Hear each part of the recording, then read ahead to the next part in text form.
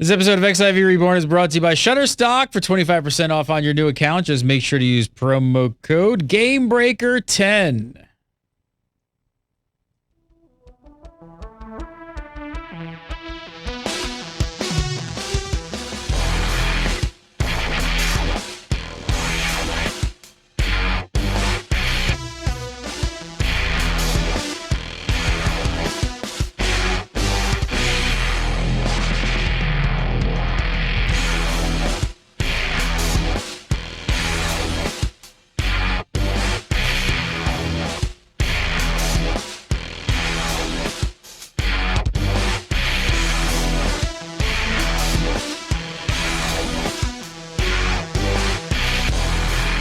What's up, everybody? Welcome to episode 14 of XIV Reborn, the Final Fantasy XIV show for October 29, 2013. You're watching Gamebreaker, I think.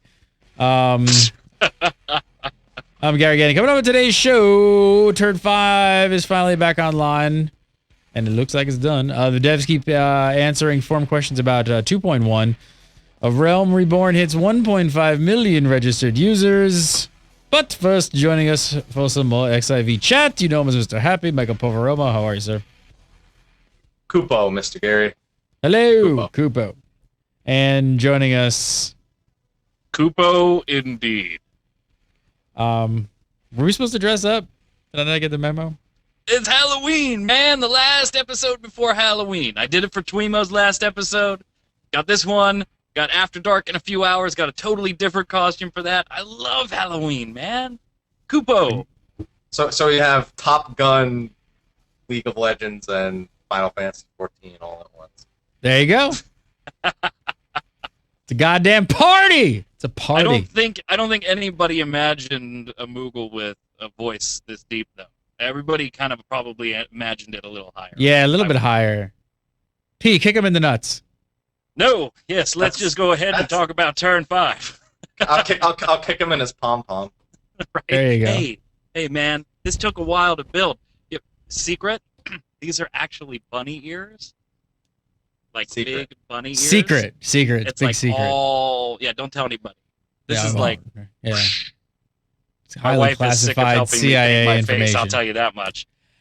All right, let's talk about some Final Fantasies. Turn 5 is brought back online, and hours later, the world's first legit kill.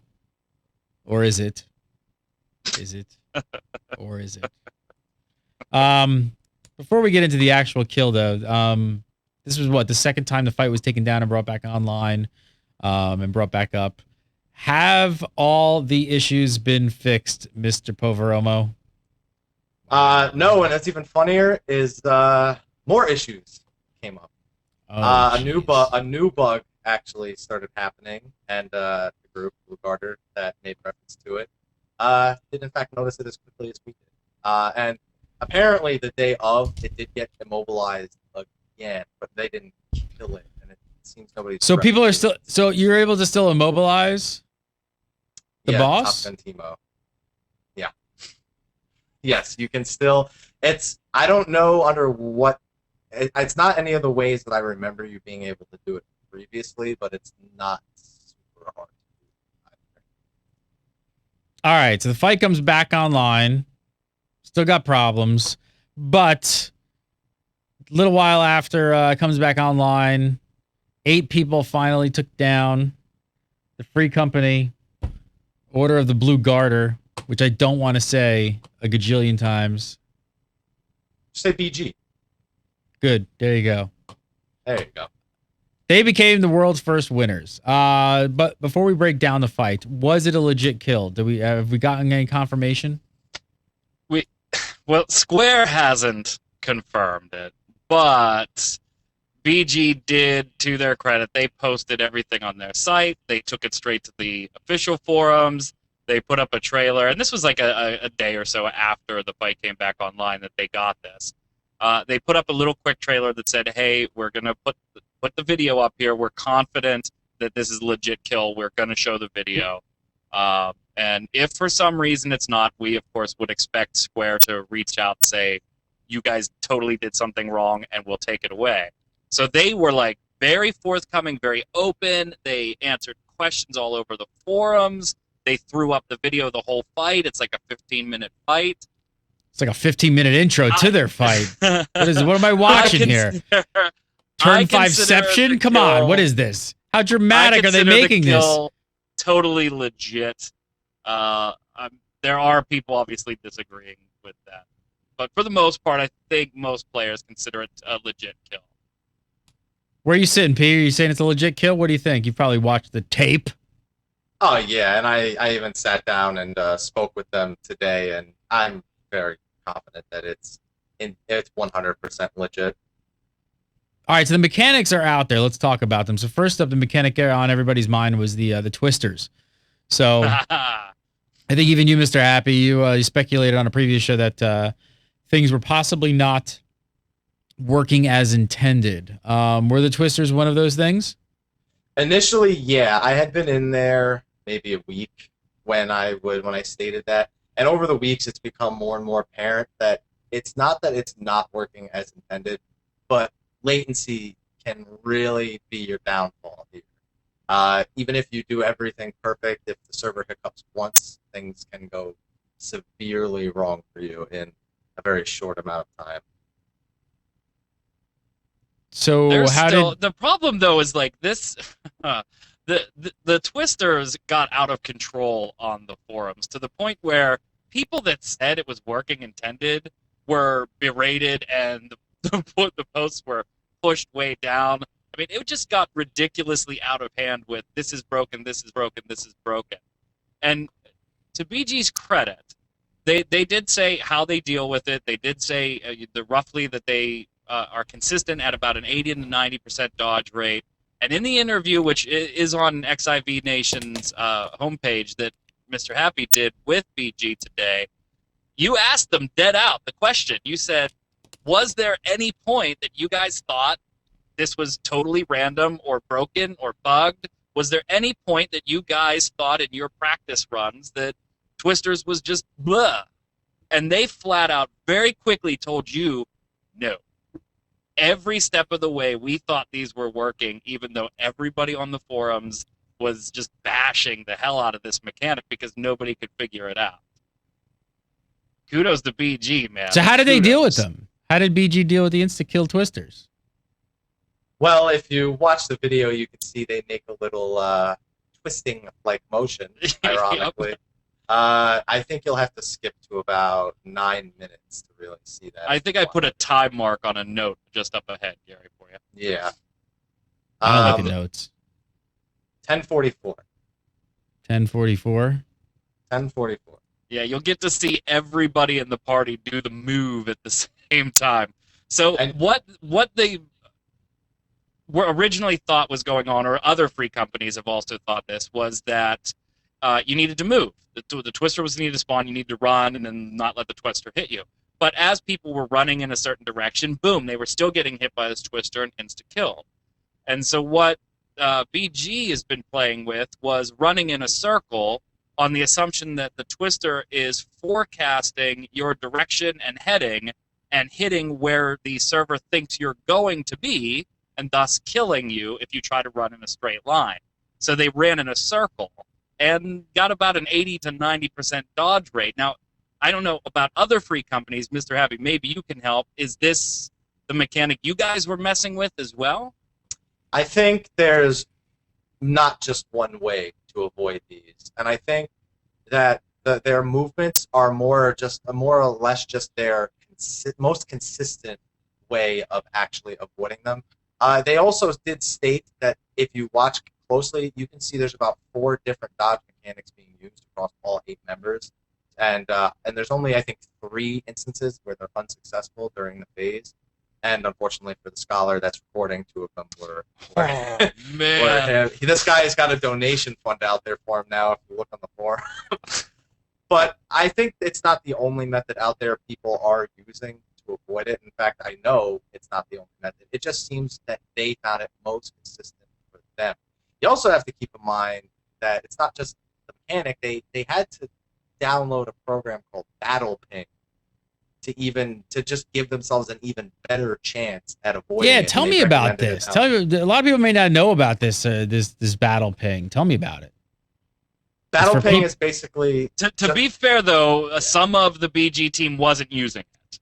Yeah, it was mostly just the European, like the members who were way and far some away of the international ones were not using it. Initially, the forum post from BG said all of our international non-NA people were using Battle Ping, but then that was a big deal. About a page later, saying it wasn't all of them. I found out one or two forgot to turn it on. Is Battle Ping a big deal? Can you not use it? Is it sort of against the rules? I mean, no, isn't it for people totally who are like legit. I mean, even far Blizz from the server and have for... like a really bad ping, and it kind of it's extremely good. After doing some testing with it with some of our international members, we've seen them go from about 300 ping down to less than 100 as soon as they turn on that thing. So how does it work? How do they actually do this? Do we know? They have a bunch of information. I didn't. They have a bunch of magicians. Everything. Yeah, they have a bunch of stuff. Miss Byrne, you probably. Yeah, the basic idea, without getting really into the stupid stuff, the sexy stuff, as Monty said on the last show. The basic idea behind it is if you're a continent away from your server, it can proxy you into other servers that incrementally get closer and closer to the core server, thus reducing your ping and latency, helping out with one of the big issues in Final Fantasy XIV, which is latency, even built-in inherent 0.3 of a second latency on communications between client and server. So it's basically proxying you into a server continent away to help reduce your ping and get a little bit better performance. But again, nothing really. Most games consider it totally legit. I mean, even Blizzard allows you to use it for World of Warcraft. It's not a cheat or a hack or anything like that. I think the question here is, in Final Fantasy, is it almost a requirement to execute a fight like this? And if it is, I think that's a scathing indictment of a back-end problem.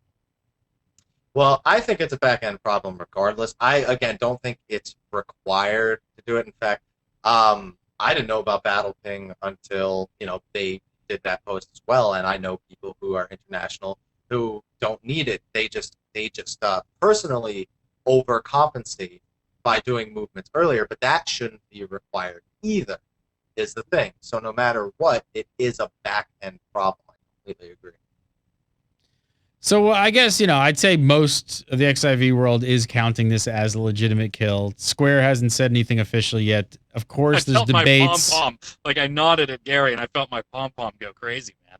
Hit your head. Boing, boing, boing, boing.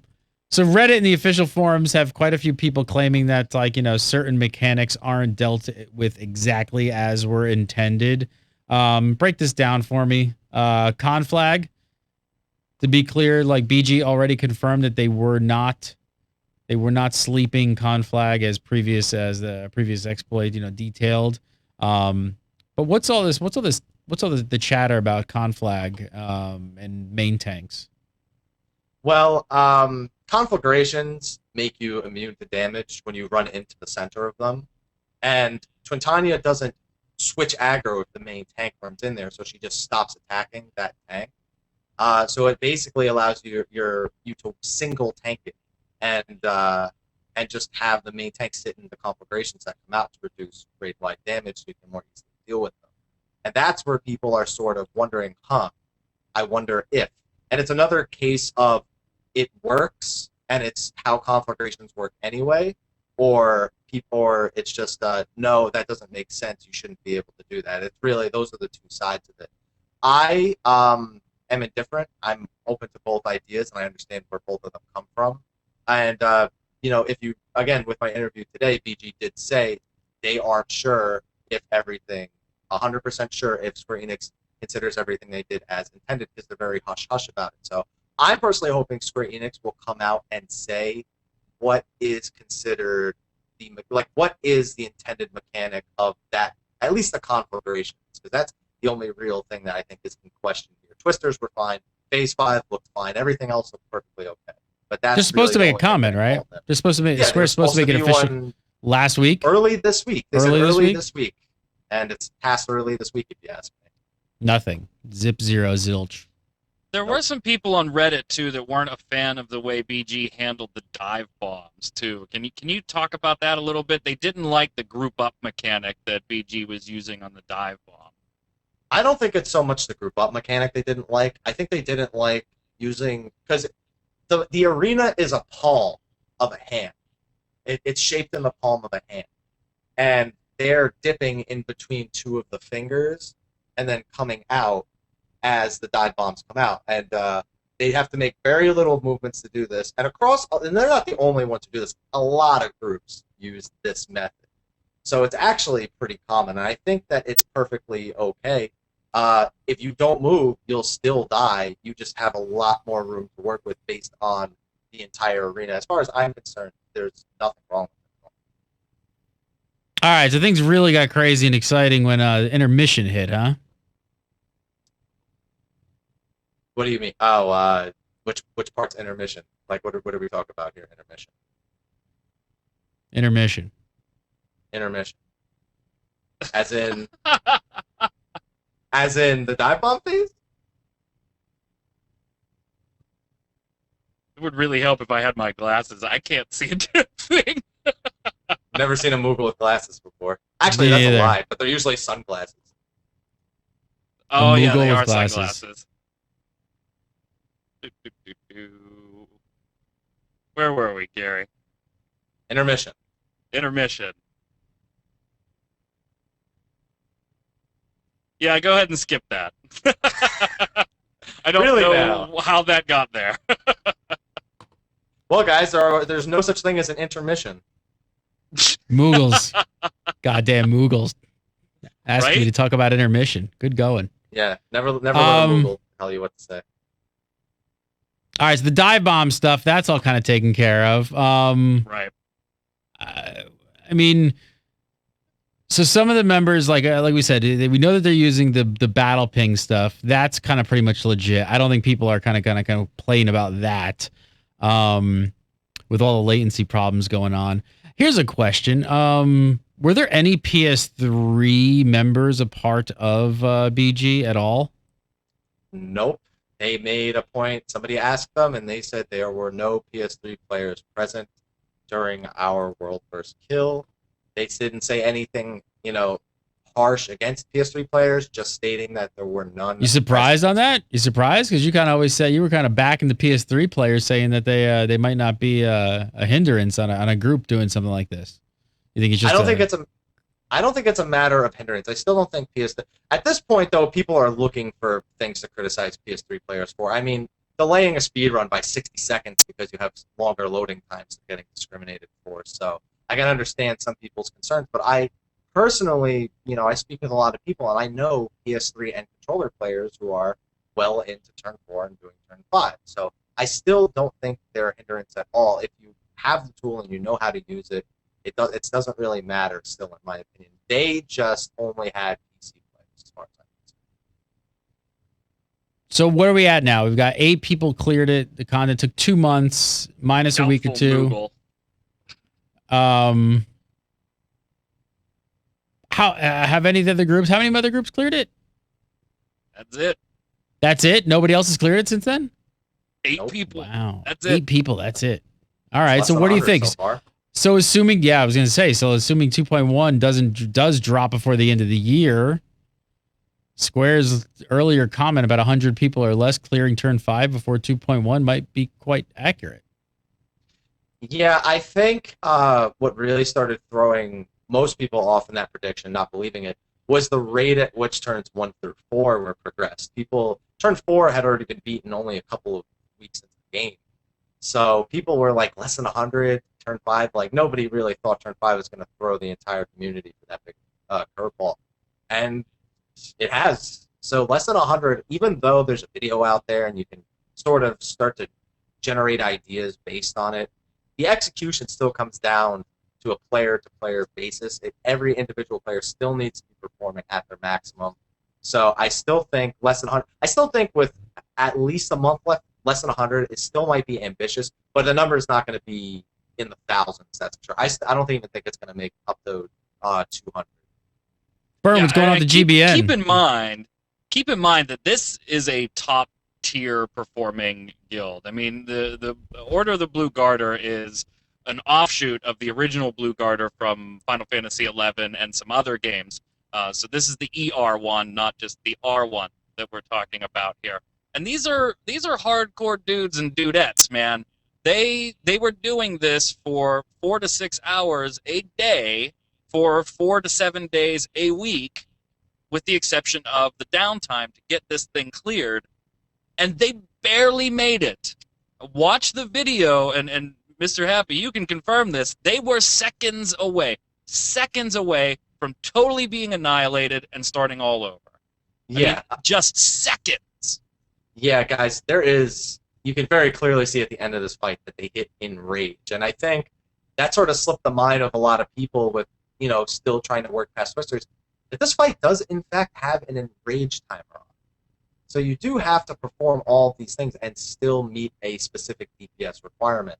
It's not like you can focus Twin Tanya the whole time. It's not easy. You really have to have everything maximized. Even if your gear is just a little bit less, if you can improve any little thing, you're gonna have to do it. Yeah, I mean, this is a 15-minute fight that BG, Mr. Happy asked them, Gary, he was like, I hope they make a hardcore version of this fight. I'd like to see a harder version of this, maybe with an extra mechanic or two. And like the officers for BG during the interview, like you can almost hear them go, "Are you stupid? Why would you want more? This is like a 7-phase monster that's 15 minutes long, that if you snooze for a second, you aren't making it. It's that simple. And you want to make this harder?" I always think there's room to make something a little bit more difficult without making it over the top. He just wants something that is unbeatable. He wants that one thing that no one will beat, and everybody will just keep talking about it. Just keep banging it out. Even just something simple. And I mean, to some degree, I almost just wanted more cohesion with the mechanics. I mean, they're there and they work together very well. In most phases, you still have to perform multiple things at the same time. But it almost feels like the mechanics are split up so much between the phases that you have to spend a lot of time just wondering if anything is even important for the phase that you're on. And it's a little bit strange. I wish there was a little bit more use. And they agreed with me here. In fact, they even brought it up. Was the neurolinks, the little blue circles on the ground. They were a mystery until later in the fight, pretty much. They're there, and you have no idea what they're there for. And as much as I like that aspect of it, I think they could have done more with them instead of just 2 mechanics in the whole fight that you need. Can I ask you this? Do you think it was weird that we haven't heard anything from Square confirming or denying this kill? I mean, it's not like Yoshi P and team don't know who the Order of the Blue Garter is. I mean, they mentioned them specifically in the Tokyo Game Show live letter when they asked Yoshi P, "Are you surprised at how far Coil has been cleared?" And he made the comment, "Well, Blue Garter took out turns 1 through 4 in a little over 2 weeks. We expected it to take about 3 to 4 weeks. So yeah, everybody's a little ahead." I mean, they were watching this particular free company. Are you surprised we haven't seen an official reply to the massive posts and videos yet? I'm very surprised, actually, especially because they were already planning on a comment. But when they stated they were planning on a comment, there wasn't a win yet. So I think that might be the reason for the delay on the comment about turn 5. Is definitely they weren't expecting the win to come before they made it. But that doesn't really change. But it doesn't take much to just have one person go onto your main page, use a quick screenshot, and go, "Congratulations, turn 5. You beat turn 5 legitimately." It doesn't take much to do that. The fact that they still haven't done it almost tells me that they're looking into every little detail that was used to clear this fight to determine if they consider it legitimate. Personally, I don't know what they're going to say, but I look at it and I still think everything was there for a reason. Everything was designed a certain way, and they were doing it that way. I don't see any reason to doubt that this was a legit world first, and I'm just waiting to see what the comment was. Yeah, I agree. Even if there's a mechanic in here that Square thinks BG didn't deal with the way they intended the mechanic to be dealt with, I think every mechanic was dealt with in a sense of strategy and survival, not manipulation. And so just because the mechanic maybe wasn't solved the way you designed it to be solved, it was solved fairly. I don't think you could take this kill away. Although, to be fair, BG has said, if Square comes at us with it, we'll do it again. We'll go and do the stuff again. Good group of people. Congrats to them. So, Burn, what's going on with the GBN? You got 2 months. Let's go. Yeah, we got 2 months to get it done. 2 months to get it done. You think you're gonna get it done? You think you get it done? I don't know. It's gonna depend on what group with GBN. Because if I'm in it, probably not. No. We're gonna get it done, Gary. You watch. I was thinking the same thing. How weird. You watch. Hey, don't mess with me on PvE. It's PvP. You could PvE, do it. I could totally. We're not going to talk totally about PvP. We're going to refrain from talking about PvP until it actually TBN's having fun doing dungeon runs. It was the first official night for it, so we had a lot of fun last night. And That was last got a bunch night. of people, yeah, we got a Where bunch the of F people were you if you weren't there, pushed people through. watching this? I was GBN there. I was I know totally you were there. Oh, okay. Talking about the people watching the show, you got to get there. Go check out the GameBreakerNation.com. We got a calendar. Was it every Monday between 6 and 8 Pacific Standard Time, I believe? Is casual raid and dungeon night for the Final Fantasy Guild, which is the largest guild, by the way, beating all the other GBN And I know Siri wants Not to that do it's a like race. a hardcore night too, but we need to get some people through the casual stuff to get them geared up and really start taking like coil, because there's been stuff I've been holding on. I'm holding on hard mode Titan and a bunch of stuff to wait for some other people to do it together. So it'll be fun. Come with us. If you're not hanging Get on out, over you're there. missing out. www.GameBreakerNation.com. Sign up, apply, get in, join these guys on Mondays. All right, I want to talk about 2.1, but first I want to tell you guys about Shutterstock. Love having Shutterstock on as a sponsor for the Gamebreaker. Want to save you guys 25% off on your Shutterstock account? All you got to do is go over to Shutterstock.com, make an account. You can start sorting and sifting. If you guys need vector artwork, stock photography, video footage, you guys got a website, a guild website, a YouTube page, you need Shutterstock. What should we look at today? What is this? Show work. It's just some stuff I saved in a random thing here. Oh, we use these. We use these. You can look at some of our banner ads that we kind of do on the side of the website. You know, you want them to look good and spruced up and cool. I like these little guys. You found these to use these as just little character stuff. Again, just instantly makes your banners and your artwork on your website look so pro, because it is done by a pro. These are in vector format, so when you bring these into Illustrator, you can resize them to anything you need to, and they don't lose any sort of resolution or anything like that. So they're great for doing all kinds of stuff, as far as like banners or backgrounds or anything like that. These would be good for these are a Halloween pack. Maybe we should do some more with these Halloween. It's kind of like Halloween right now. But that's just one more example. We use the vector artwork all the time. Head on over to Shutterstock.com. You don't even need to use a credit card to sign up. You can sign up for a free account today. Start looking at all the different stuff they got there, saving them to light boxes, planning out and strategizing how awesome your YouTube page or website is going to look. When you're ready, I want to save you guys 25% off just by using the promo code GameBreaker10. That's all you got to do. Put it in the box. Instantly save 25% off on your account. And there's a package at everyone's price point. You can download just a couple images. It starts at $29 or something like that, maybe even less. If you do a lot of stuff like we do, there's monthly plans. You can download X number of pictures a day. These would look great. Stuff like this would also look just great on your YouTube thumbnail stuff. You know, you put the number there and you put like the name. Be great for your thumbnail. Make it nice and large. Stand out on your YouTube page. Check it out. Go over to Shutterstock.com. Make an account. Save 25% off just by using GameBreaker10. All right, so 2.1. The 2.1 just keeps getting bigger. They keep answering devs keep just answering the questions over on the forums. First up in 2.1, the Salon's going to be added. It's getting so big, Gary, it's scary. I seem to remember this happening back in the SWTOR days, right? And the whole Jesus patch is going to come and fix everything. 2.1 is reaching that level for me where I'm kind of worried about everything that's being added in here now. I think the big difference though between that, if you want to make that comparison, is like it doesn't really need to be like the patch. It's not the patch that's gonna fix everything. It's not like everybody's sitting around going like, "Oh my god, everything's broken. You guys got to fix it all." It's just a monstrous patch.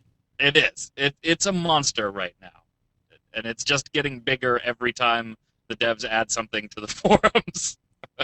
So first up here, we got the Salon's coming. This was it was originally something they forecasted for 2.1, or was it 2.2?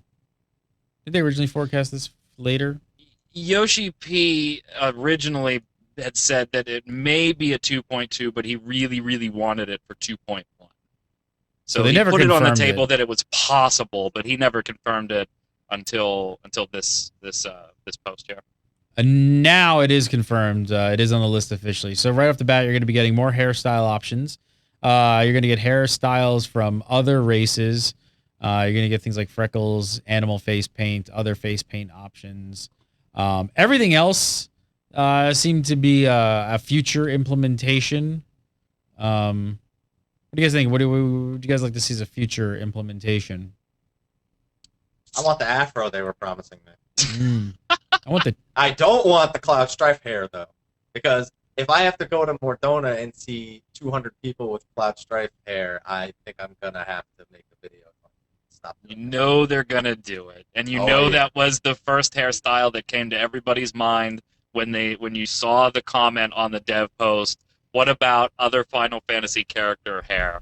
And they said, we're going to look at doing it in the future post 2.1. You know that was the first hairstyle everybody thought of was Cloud and Sephiroth hair. But we won't see Sephiroth hair because of a comment later in the post. What about Teemo hat? We get Teemo hat? We're waiting for the collaboration. We're waiting for the fate to come out with Teemo in it, with the collaboration. The Riot Enix collaboration. Right. The Riot Enix collaboration. This seems totally likely. Lightning comes out with a Teemo hat on. Oh, God.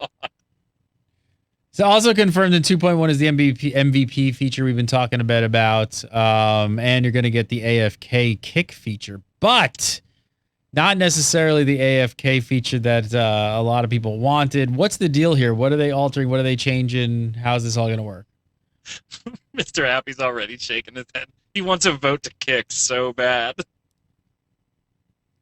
Nope, not getting it, Gary. We are getting the MVP system and a timer. Where if somebody is AFK for X length of time, the system automatically boots them. Oh, that's really tough to get around. Exactly. About as tough to get around as not getting locked off after 30 minutes. That sounds foolproof right there. That sounds like that's just going to get rid of the problem completely. Well, and it does get rid of a small portion of the problem, right? The actual very small portion of the problem. The actual 0.0001%. Right. The actual person who literally like the doorbell rang and they walked away, or their mom yelled, "Hey Jimmy, pull up your pants, come upstairs." It gets rid of them, but yeah, it does nothing for the person that's sitting there watching Netflix on the other monitor, auto running into the wall on this side, or just waiting until a timer appears and then moving real quick. I mean, I can understand Yoshi P wanting to do everything he can to not put in a system that he knows will likely have abuses here and there.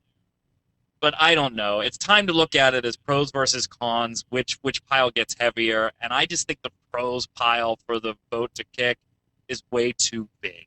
No, I know Mr. Happy does not even. Not big enough. He's not agreeing with you. This is a perfect system, right, P? I mean, this is everything you ever dreamed of and more. Problem solved. Yoshi P, Nobel Peace Prize. I think maybe 2 or 3 weeks ago I even said that they could do it, but it was easy to get around. I think I said they could do exactly this, but it would be so easy to get around. And I feel no differently now. It's a point. Not that it's pointless, but it's not doing what they think it's gonna do. It's kind of pointless. Let's be honest. It's kind of pointless. Well, no, for the most part, it's kind of pointless. pointless. No. I wouldn't go that far. I wouldn't go as far to say it's pointless. they're putting it in conjunction with the MVP system. So what they're hoping will happen is that the MVP system tackles the problem from the other side. Instead of pointing this problem at the jerks, reward the people that aren't jerks. And then this last little bit is to take care of the real big issue with actual people being AFK. The problem with that is that it leaves that middle layer of fake AFK. Which is like 95% of the issue. Which is the bulk, right. That's the bulk. Yeah, so like really, I don't think it's pointless. I think they looked at MVP and they said, okay, MVP handles AFK in no way, shape, or form. It doesn't help with that issue at all. How can we do both MVP and deal with the AFK? Well, let's do this. I think this is dumb. I think they should hold back on this feature and work out the right way to do it. Don't even implement this. I would totally. What is the right way? Just a vote to kick? They got to do something. I mean, like I said, the thing that you're trying to avoid here is the thing that every single person out there is going to do. They just auto run, macro, whatever you need to do. It takes 2 seconds to get around this thing for all those people that like want to get around it. So it's like a problem is still going to exist. So why put this in? Like it's not going to really help. Let me just say this: the current system you can abuse one way. By not putting it, if you don't put in another system, it's just going to continue to be abused in the way it currently is. And you're worried about them being able to abuse it another way. So you have to weigh, which way would you rather people be abusing it? People going AFK and people not having the option to remove that person than semi-AFK? Or would you rather at least have the option on the off chance that maybe some people are on the wrong side of it? No matter what, there's abuse on either side. You have to weigh which abuse you want to actually get rid of. I think that the first one is the better option to get rid of. I kind of agree. I think the vote kick, people will get caught in the crossfire of the vote kick, but I think actually less people will get, it'll actually have a more positive effect on the game than this current way. That's my opinion. All right, let's move on. Housing. Everybody wants to talk about housing. That seems to be the big topic of 2.1. And it was confirmed that in 2.1, you can only get one house. One house. I like how we all thought Uno. Yes. Uno free company household. One house. There are plans to possibly open this up, I believe, in the future, though, correct? Yeah. So both the size and the number of the houses. So probably just a gate, roll out slow, get all the kinks worked out. Yeah, there is a weird land to house size gate, though, where you have to buy the corresponding plot for the house size. You can't buy a large plot and then plop a small house or a medium house on it. Okay, and then the argument is, why would you? Well, okay, maybe you want a big area outside that you can put some stuff in. Okay, great. But you can't do it right now. If you buy a large plot, you have to put a large house on it. So free companies, when this stuff goes live and you're making your initial purchases, if you are not ready to buy that large house, don't buy the large plot of land, because you can't build a medium or a small house on it and then tear it down and upgrade later. It can only take a large plot of land. So be ready for what you want to buy and buy the right size plot for the house you're going to be able to afford as a free company. Don't overspend and get caught in the economic downturn, children. Right. When the housing bubble bursts, this isn't real life. There is no housing bubble. It's worthless once you buy it. You will always sell the land for a loss. Yeah. Finally, up here, we come to a post that Mr. Happy was pretty passionate and vocal about. The Fate Dark devices. It's got a ninja patch. It's had a ninja patch or two. But apparently, there's a position you can stand in on top of a pole, and mobs cannot hit you at all. So it's a safe spot. One of the community reps posted on the forums this. They said, while standing in this position and battling against the enemy isn't against the rules per se, and we don't plan on taking any action against those that do this, being able to play this way is not in line with the spirit of battle. We'd like to ask that you please submit this as a bug report and let the team know if you find any more places like this so it can be adjusted. So I guess this is just a tactic then. That sounds like a tactic then. That sounds suspiciously like clever use of game mechanics. That's exactly what it sounds like. It seems ridiculous. Why don't they just remove this? I don't understand. If they really don't think it's like in the spirit of battle, why don't they just change it? Well, and this is Haviners, who's on the community team. So my guess is it'll probably be fixed in a patch and not documented anywhere. It'll just, we found this spot, we've communicated it to the dev team. In some maintenance, it'll get fixed, and you won't be able to do it anymore. But until then, we're not going to ban you from the game for doing this, because to us, ultimately, it's meaningless. It's a fate. You're not nuking a boss that's immobilized. Sure, that's fine. They don't have to ban anybody, but it seems like something they should just be like, hey, we're gonna nuke the pole, or mobs are gonna be able to hit you from that point. Like, just, that's probably easier to nuke the pole, I would imagine. Yeah, and I think that's going to come, but being in that position, Haviner obviously can't confirm when that's going to happen. So I'm okay with the post. It just kind of says, you're not playing right, but we're not going to scold you, but don't plan on being able to do it forever. And if you find more, you need to let us know. You find any more? You got any other secret spots? I didn't find any spots where you can do that, but I did find a spot that lets me go all the way around the outside map of Coerthus that I did report. I found some of the development areas where they have like 2D figures in the back of what they like, the bases that they use for things. But can we see the only other thing? Bring that on the show. You should bring that on. Let's check. Bring some screenshots. You got some screenies of that, I'm sure.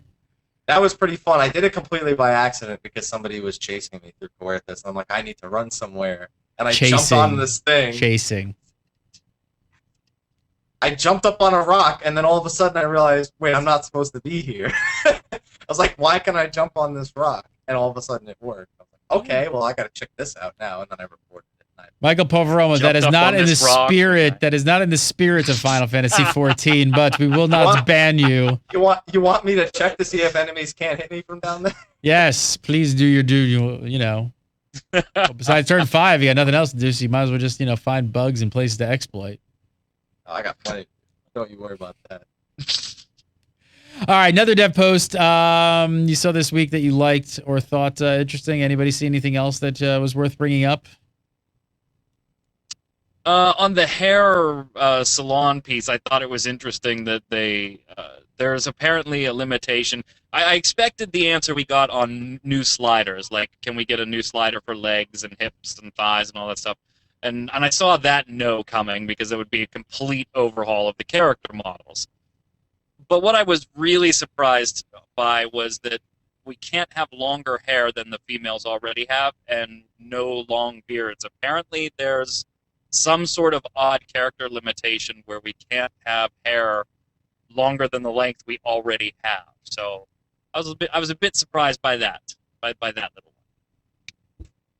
If you didn't know, Mike Byrne likes to dress up, so these are It's Halloween, damn it! Damn you! All right, a Realm Reborn nails. They confirmed 1.5 million registered accounts. Registered accounts. This news comes in to Famitsu. So a Realm Reborn hits a big mark there. 1.5, pretty big number, pretty impressive. Ultimately, I mean, really, the subscriber number is what most people care about, especially the shareholders, I would say. So who knows what that number exactly is. So hopefully we'll see some subscription numbers sometime soon. I don't know. What do we think? Are we going to all hold to our original predictions? I forget exactly what our numbers are. Somebody have to go back and watch the tape. I think I had like 400K. I think you had like 500, and Burns had like 600 to 700. Yeah, I was the optimist that took a 60 to 70% conversion rate on 1 million people. That'd also be known as I'm gonna stick by like 600,000. You're gonna stick to 600,000. You sticking to 5? Yeah, I still have to wait for queues every night to log in, so I'm sticking at 5. I think I'll stick to my 4. Well, you sticking to 5? I'll go 499 because I win anything under, right? Well, what is this? The Price is Right? No, don't you have to go 501, Gary? Yeah, you have to go 501. No, I want under. Oh no, I can go $1. Then just take $1, right? I'm just gonna go $1. All right, so I'll just go one person. I'll go one person. As long as one subscriber. And that one person plays on Saturday. Saturday, yes, Saturday, and I win. I'll take one subscriber because I'm an ass, Bob. Do you think WildStar and Elder Scrolls are secretly rooting for Final Fantasy to actually do really well? Because the subscription-based MMO has kind of been going out the window for a long time now, and it was surprising to see Final Fantasy coming in and be like, "Yeah, we're going to do a sub." We know Testo is going to do a sub. We know WildStar is doing basically a sub for the most part. They'll call it a hybrid, but I don't know. I have subs of the new black. It's coming back. I have mixed thoughts about it. I mean, Elder Scrolls has a huge following. I mean, Elder Scrolls V especially pulled in a lot of new fans to the series that may not have been for Morrowind and Oblivion. And WildStar is a completely new, IP, but it's from notable developers from World of Warcraft. So they have a lot to work on. I think the thing that concerns me more, at least for WildStar, I don't know if Elder Scrolls is self-invested, if it's just their own money or if they have outside investment. But WildStar sort of scares me, and it's mainly because I know the publishers behind them, who's funding them, NCSoft, are very strict with income. And I think that's part of why WildStar is doing the sort of methods that they have, is the $60 to buy and then the hybrid model. They're hoping the hybrid model, I think, will sort of pull more people into the subscription-based thing and that it'll keep more retention. But I am worried about them paying back investment in the long run, because these games are highly, they're costing a lot of money to make, as any of them would. And it really concerns me in the long run. I wish them the best of luck. I want to see more subscription-based MMOs succeed, but I'm going to play it by ear with these two and see how they do when they actually launch. What do you think, Burn? Have the tides turned?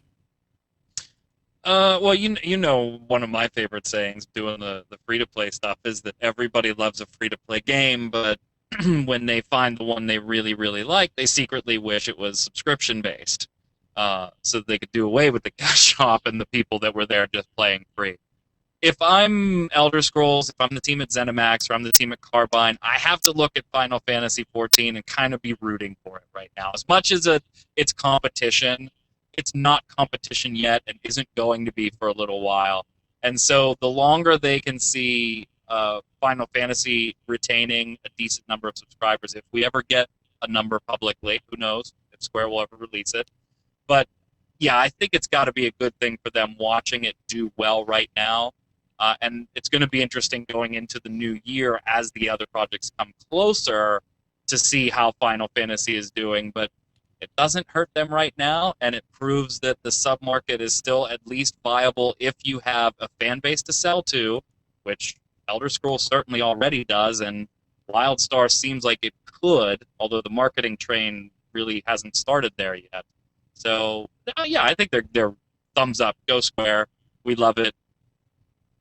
Now let's see if we can take your subscriptions come mid-next year. There you go. Let's ask a question. Let's leave we haven't asked a question to the community in a while. What do you guys think? I mean, I think I kind of know the answer. But we got 2 months. You've been playing for 2 months now. 2.1 is going to be in the next 2 months. Leave a comment below. Is the sub worth it to you for Final Fantasy? Are you happy paying a sub, or do you secretly wish it went free? It was actually a free-to-play game, and you would go that way. Leave a comment below on this episode and let us know. I'm curious to see. All right, so we'll do some viewer questions, but really quick, I want to hit you guys up with a free 30-day trial for Netflix. If you guys have not checked out Netflix yet, I don't know what you're doing. You got to go to netflix.com/GameBreakerTV. Make a free account. Try out the streaming service. Absolutely free for 30 days. I love it. I'm catching up. I know I'm behind. That's the thing I actually love about Netflix, though, is I can catch up. I'm catching up on my Breaking Bad because I did not watch the last season. I know. It was all over my Facebook. I know. I still don't know anything about it. And I know it's awesome. And I love the series. But I usually actually wait for everything to get on Netflix so I can just like catch up on everything because I just don't have time to watch it week to week. But that is just one of the great shows on here on Netflix. You've got, Breaking Bad. I've been watching that. House of Cards, of course. Walking Dead. Orange is the New Black. Tons of Netflix originals. All you got to do is sign up. Go to netflix.com/GameBreakerTV. Sign up, make an account, download the app, put it on your device. Whether you got a Roku, Apple TV, maybe a Chromecast, which I love the Chromecast, by the way. Highly recommended. That's a recommendation. If you need a device that hooks up to your television, to stream like Netflix and stuff like that, super cheap. I think it's like $35. Another box here. They're not part of my. They're not part of this commercial break, but I will add them in. But this little bad boy here, it looks like a USB thumb device, but it's actually an HDMI port. You just it's by Google, called Chromecast. Plug it into your HDMI port, and you fire up whatever you want on your iPhone or your Android. You just start streaming stuff, and it's got Netflix, YouTube, all that stuff. So if you need a Netflix streaming device to your television, I would suggest that one on the cheap for sure. And then just make sure you go and sign up for a free 30-day trial. Netflix.com/GameBreakerTV. Support Gamebreaker by supporting our sponsors. It's the best way you can help us. All right, so let's do some viewer questions. Let's see. Cody G. Elam asks, what dungeons do you think will be hard mode and why? Personally, I think it will be Prematorium and Wanderer's Palace.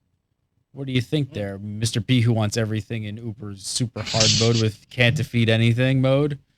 I think, realistically, Halatali and Copperbell Mines, one thing you have to remember about these hard mode designs, they're not going to be the same dungeon with the same enemy layouts, the same bosses.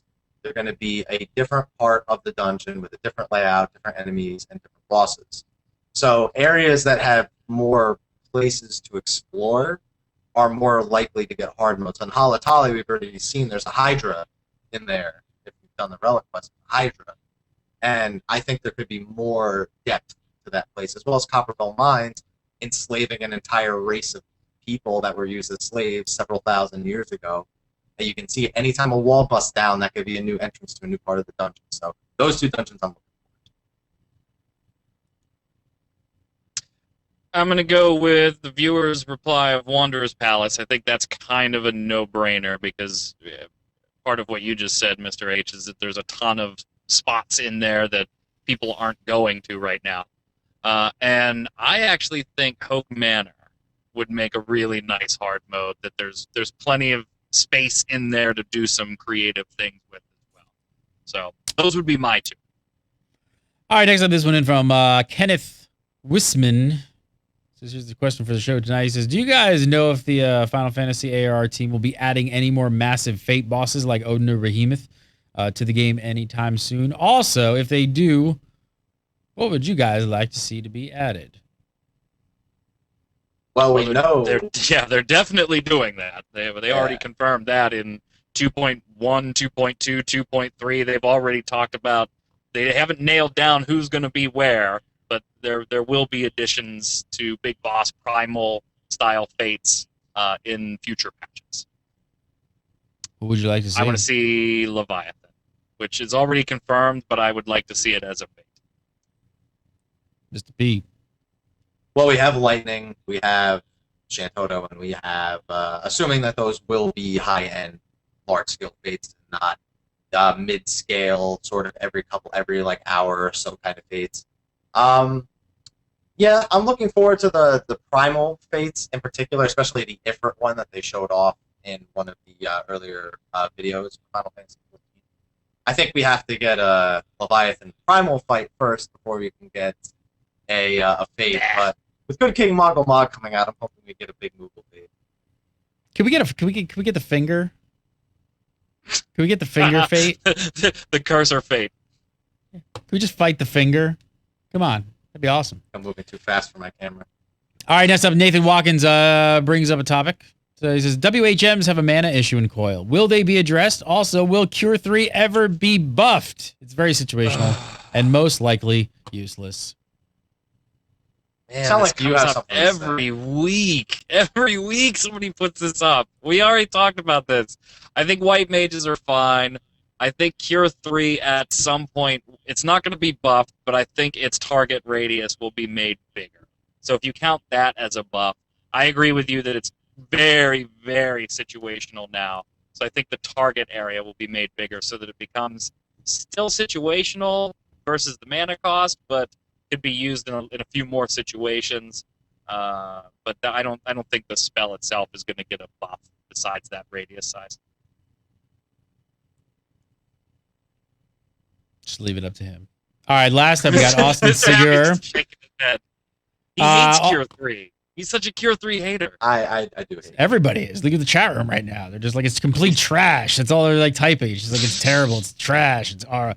Austin Sigur has like a laundry list of questions. Austin, you're very needy. Let's do this like a lightning round. All right. So 1. Let's see. I have a few questions of a new player that has been streaming on Final Fantasy. All right. 1. When exactly will PvP come into the game? 2.1. I will say 2.1. Hopefully never. 2. When can we interact with quests objects while on a mount with like auto dismount? Hopefully 2.2, but not confirmed for anything yet. I'm gonna say probably not Mountain Blade. 3. When can we right click and blacklist gold farmer spam? 2.1.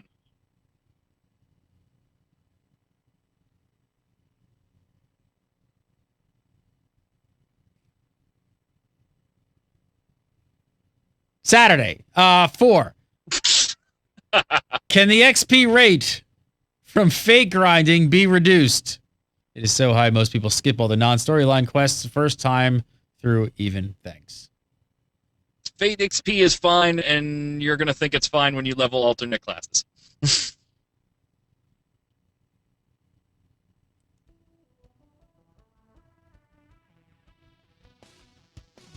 Michael Boveroma, follow him on the Twitter at Mr. Happy1227, a.k.a. Tom Cruise. Sure. Magic Man 1. Moogle out. And Happy Halloween. Happy Halloween, everybody. Follow me, Gary, again. Follow Gamebreaker TV, Gamebreaker TV. And make sure, get on over to GamebreakerNation.com. Apply your ass. Get into Gamebreaker Nation today. And get in on the Final Fantasy fun that we're having. Mondays are the casual raid night dungeon runs. Hardcores are coming. More social events are coming. Keep checking the calendar as we add more, but we're just getting started. It's just getting started at the Gamebreaker Nation. So get on over there right now. The show's over. Live people. Get the F over there. Happy Halloween.